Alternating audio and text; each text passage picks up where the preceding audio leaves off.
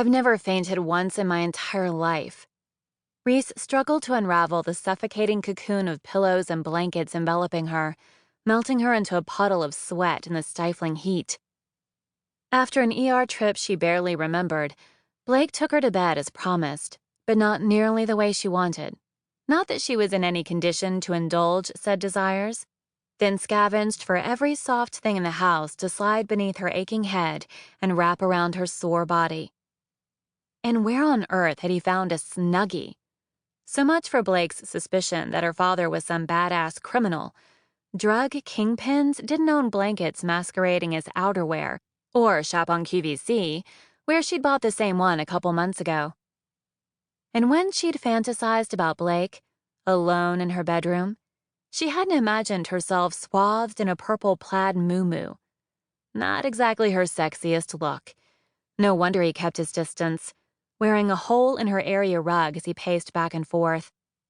Did the doctor say I have a concussion?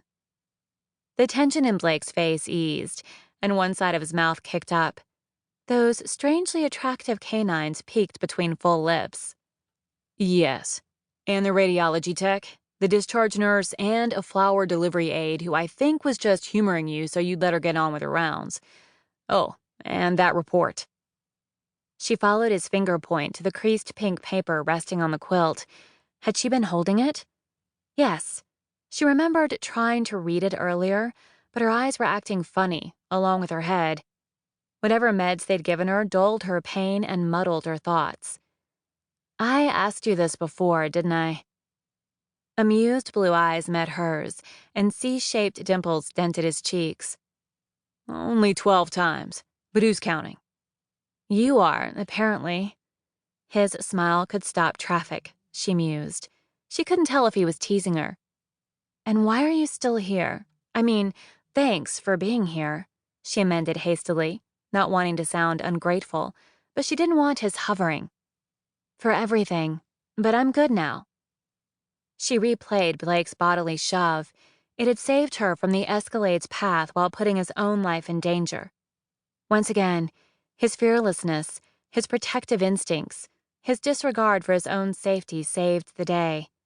She liked that about him, maybe too much, considering the tempting officer was all kinds of wrong for her.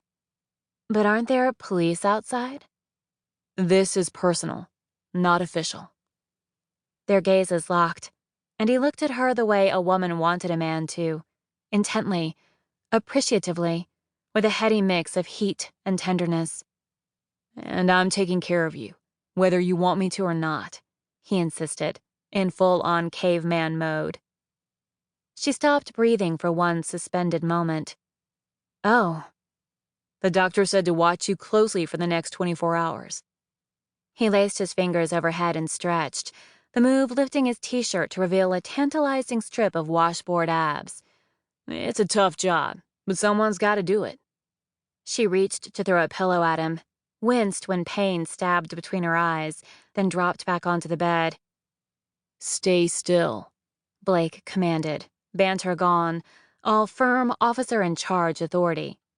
He pressed a bag of frozen peas against her cheek. This never should have happened, he muttered under his breath. She nudged his hand away. I told you I was leaving work early, but stayed late. It's not your fault. He scrubbed a hand over his thick brush of hair. I should have walked you to your car. I don't need a bodyguard. You've got one now, he vowed. His hands balled at his sides, and his taut body crackled with pent-up energy. Nothing bad is happening to you again, ever. Whoever shot your father's after you, too. Did your dad send you anything recently? A zip drive? Bank account information? Reese fidgeted with the locket containing the safe deposit key.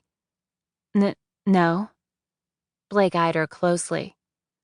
Someone's after information your father possesses, and shooting him didn't eliminate the threat. I don't have a warrant to search his properties, but if you'd agree to let me. No, she cut him off. She wanted to scrutinize her dad's stuff first, remove any damaging information, or at least be given the opportunity to question her father before turning him over to the police. Whatever you're thinking, Dad's not involved in the steroid ring.